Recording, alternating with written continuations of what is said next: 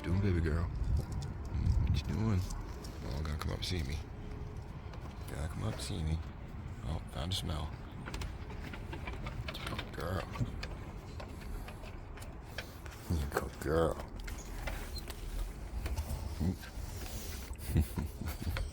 Send him my belly whoops. Need my belly whoops. Good girl. Good girl.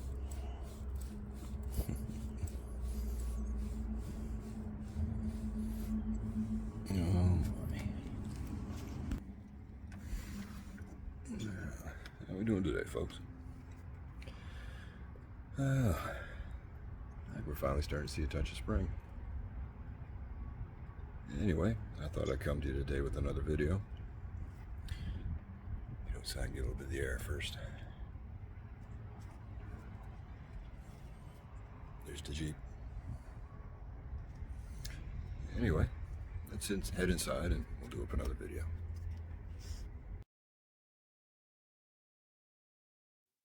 Alrighty, folks, here we are.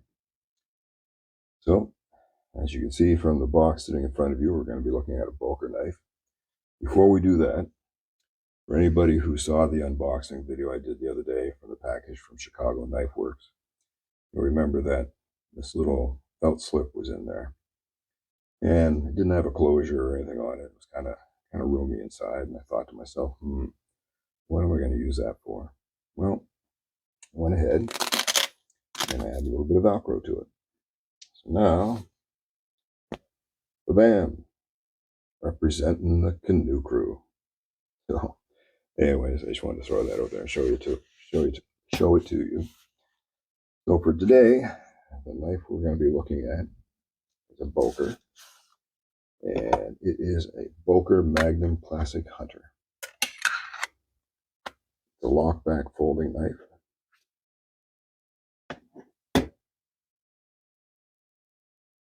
The overall length is 8.15 inches. The blade length is 3.54 inches, and it's 440A stainless steel with a satin finish. Thickness is 0.12 inches, and the overall weight is reported at 5.71 ounces. When I weighed it, it came in at 5.1, but scales are going to vary. The handle material is olive wood, nail nick, a back lock, and stainless steel bolsters. And you got a little lanyard holder. So, all that being said, when I saw this knife, I just thought, that's a pretty knife. I like the design, I like the overall look, and I thought I had to grab that. I found it on Blades Canada, where it was listed at $58.99 Canadian, on sale for $40.99. Now, they make some more expensive knives with a similar look, and I believe Fox Italy, they have some knives that are of a similar design. They're in the $250 to $350 range. I'm not in the $250 to $350 range for a knife at this point. But anyway, I saw this, I liked it. It was reminiscent of those, so I thought to myself, I'm going to grab it. So, here it is. Now, that being said, in the end, there wasn't a whole lot I liked about this knife.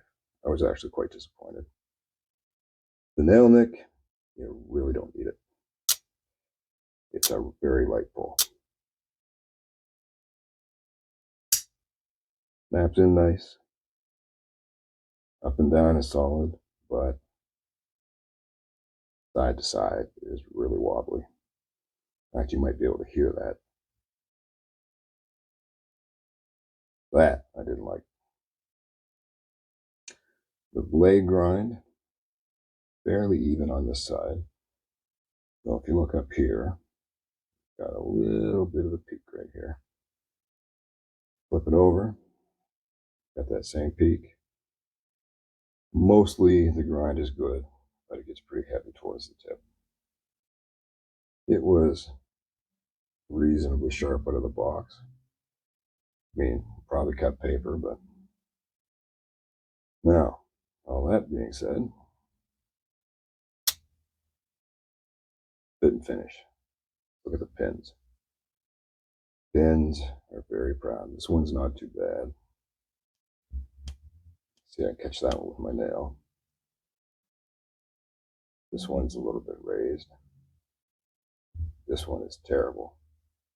I hope you can hear my thumb running over that. And I can catch it all ways around. This one you can feel. This one you can feel. Now as for the rest of the fit and finish. Transitions from the bolsters and the handle material. A lot of gapping. And raised in a lot of places.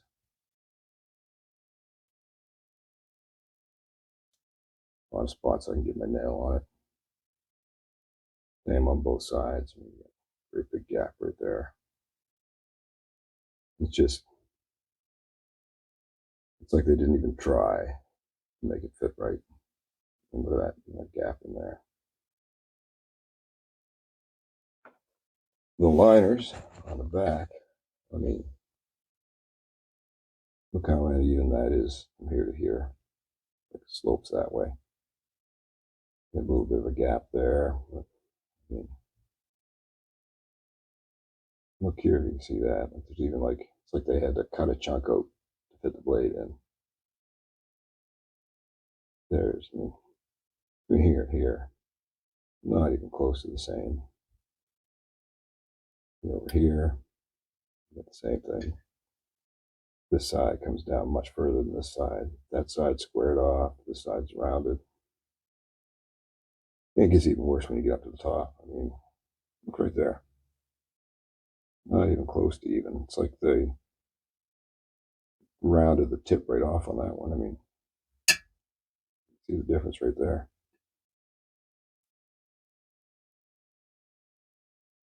I mean, that's just terrible.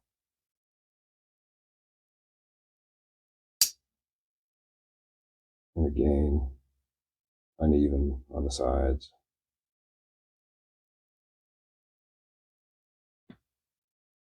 Uneven there.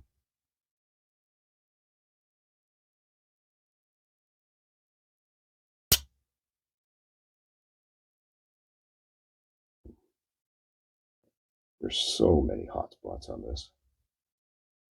So many spots you can catch on. And even scales and the liners aren't even. You can see liner. Some spots you can see the liner, and other spots you can't see the liner.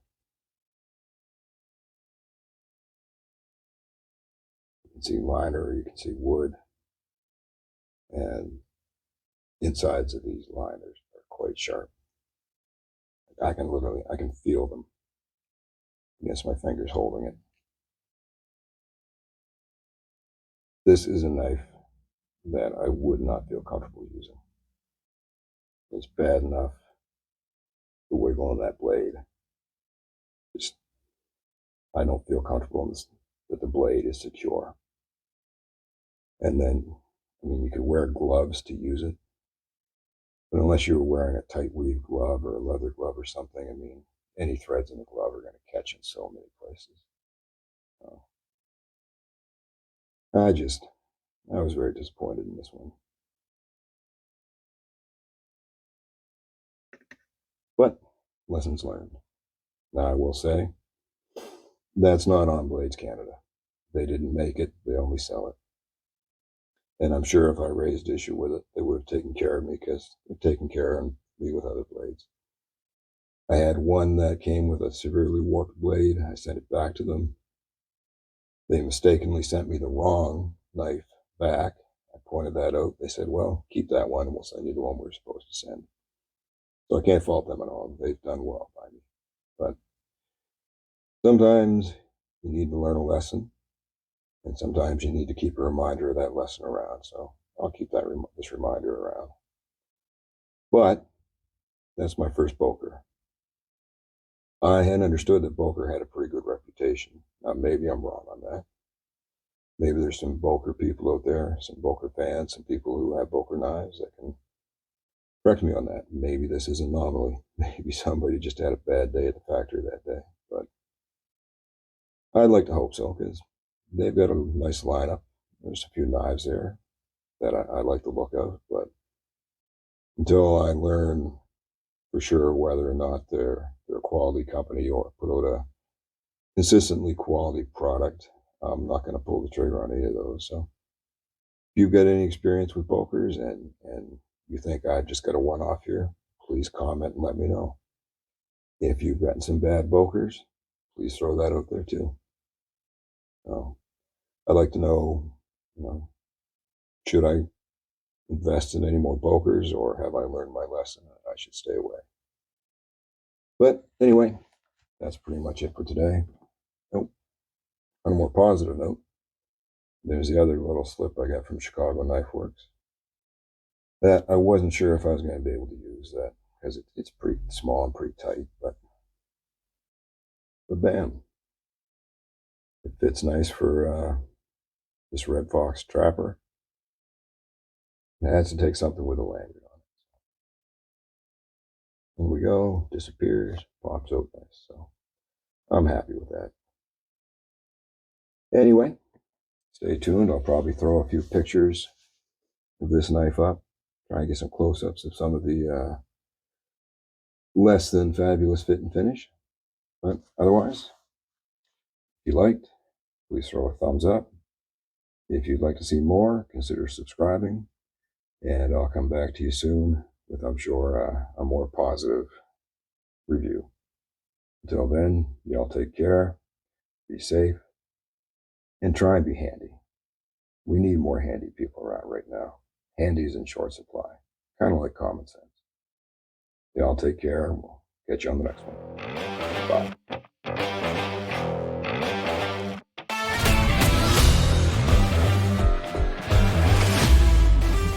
On 5.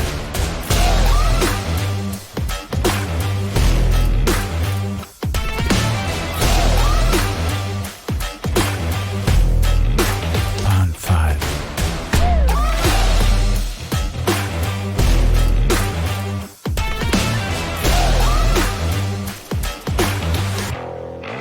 On 5. On 5. On 5.